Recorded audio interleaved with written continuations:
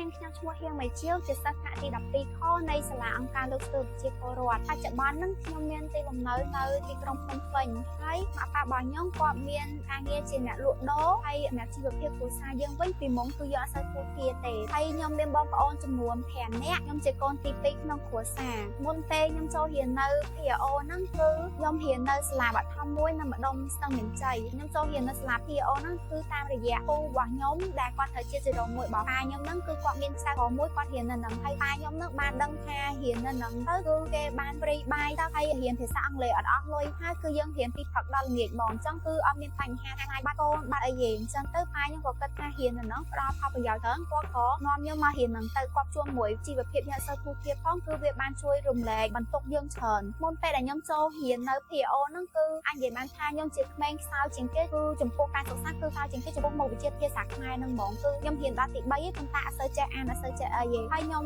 រៀនខ្លាចគេអត់សូវហ៊ាននិយាយមួយអ្នកដទៃអត់សូវមានភាពក្លាហានហើយពេលដែលខ្ញុំចូលរៀននៅ PO ហ្នឹងហើយគឺ PO បានផ្លាស់ប្ដូរខ្ញុំច្រើនមែនតើទី1ទៅលើការសិក្សាខ្ញុំអាចនិយាយបានថាគឺវាអភិវឌ្ឍទៅ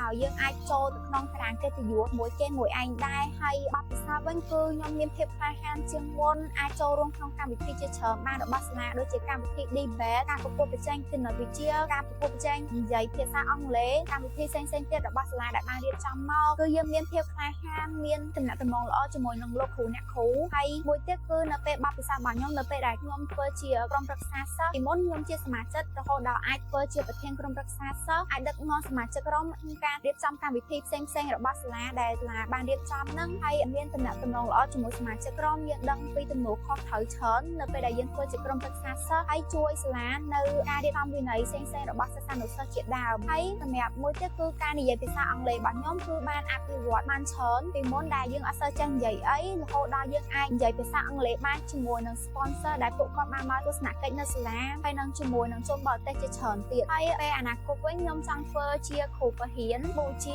គណិតឬក៏គ្រូដោយសារតពីហ្នឹងគឺជាមុខវិជ្ជាដែលខ្ញុំចូលចិត្តជាងគេហើយខ្ញុំចង់ចែករំលែកចំណេះដឹងរបស់ខ្ញុំហ្នឹងទៅកាន់សិស្សានុសិស្សដទៃទៀតផងដែរជាចុងក្រោយនាងខ្ញុំសូមថ្លែងអំណរគុណដល់អ្នកស្រីនុំភីមានដែលជាស្ថាបនិកនៃសាលាអង្គការលើកស្ទួយប្រជាពលរដ្ឋហ្នឹងដែលគាត់បានបង្កើតសាលានេះមកវាបានផ្ដល់នូវកន្លែងសម្រាប់សិស្សានុសិស្សដែលជាក្មេងកំព្រាក្មេងក្រីក្រដូចជាពួកខ្ញុំហ្នឹងបានសិក្សារៀនសូត្រហើយមានអនាគតល្អហើយក៏សូមអរគុណទៅដល់ Jasper ដែលជា sponsor របស់សាលានិងអ្នកដែលបានឧបត្ថម្ភសាលាផ្សេងៗទៀតដែលគាត់បានជួយមកដល់សាលា PO ក៏ដូចជាជួយដល់សិស្សានុសិស្សនៅទីនេះផងដែរ